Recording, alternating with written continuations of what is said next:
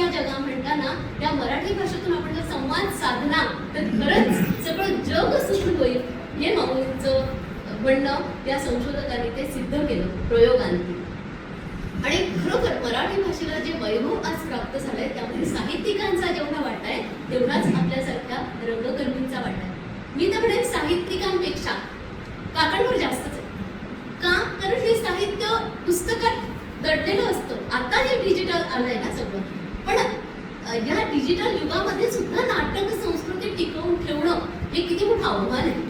हे मी तर म्हणते की जीवधनुष्य मिळण्यासारखं आहे. तर ह्या सगळ्यांनी म्हणजे सगळ्या नाट्यकर्मींचे मी खूप मनापासून आभार मानते की त्यांनी ही कला तर जिवंत ठेवलीच आणि हे पोहोचवण्याचं काम जे एकदम चांगलं म्हणजे सिनेमात पण आपण म्हणतो, पण सिनेमामध्ये खूप वेगळ्या पद्धतीने असतं.